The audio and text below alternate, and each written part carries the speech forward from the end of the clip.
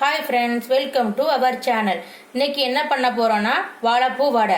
அதுக்கு தேவையான பொருட்கள்: கடலைப்பருப்பை 2 மணி நேரம் ஊற வச்சுக்கோங்க. நான் ஊற வச்சு தான் எடுத்துருக்கேன். இப்போ என்ன செய்யணும்னா, ஒரு மிக்ஸி ஜார் எடுத்துக்கோங்க. ஜாரில் கடலைப்பருப்பு போடுங்க.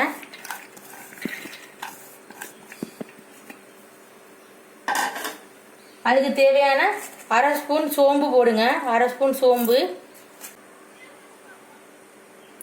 3 காந்த மிளகா போடுங்க. நான் பொடி பொடியாக கட் பண்ணியிருக்கேன், அப்போ தான் நல்லா அரையும். ஒரு 1/4 டீஸ்பூன் உப்பு போட்டுக்கோங்க. இப்போ இதை அரைச்சி எடுக்க போகிறோம். தண்ணிலாம் ஊற்ற வேண்டாம், தண்ணி ஊற்றாமே அரைச்சி எடுங்க. இது வந்து நல்லா நைஸாக அரைக்கக்கூடாது, பருப்பு வடைக்கு அரைக்க மாதிரி அரைச்சி வச்சுங்க. இப்போ ஒரு பவுல் வாழைப்பூ போடுங்க. வாழைப்பூவை நல்லா பொடி பொடியாக நறுக்கிக்கோங்க. க்ளீன் பண்ணிக்கோங்க. அதுக்கு முன்னாடி ஃபஸ்ட்டு ஒரு ஆனியன், 4 பல்லு பூண்டை வந்து நல்லா சதைச்சி வச்சுக்கோங்க. அப்போ தான் ஃப்ளேவர் கொடுக்கும். சிறிதளவு கருவேப்பிலை போட்டுக்கோங்க.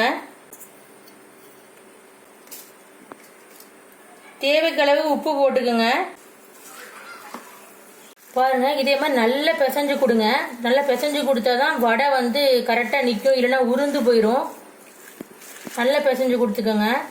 ஆயில் ஹீட் ஆயிடுச்சு. இப்போ நம்ம வடையை போடுவோம். வடையை இப்படி தட்டிக்கோங்க. வடையை போடுங்க.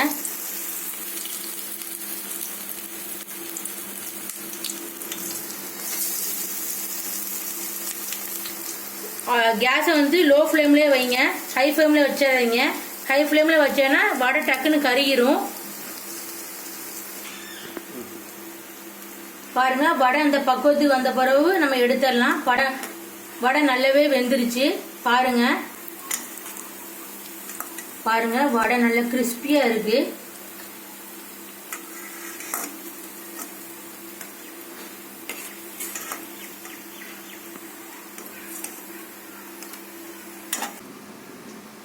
பாருங்க எவ்வளோ அழகாக கிறிஸ்பியாக வெந்திருக்குன்னு. நீங்களும் ட்ரை பண்ணிவிட்டு உங்களோட ஃபீட்பேக்கை கமெண்ட் பாக்ஸில் கமெண்ட் பண்ணுங்கள்.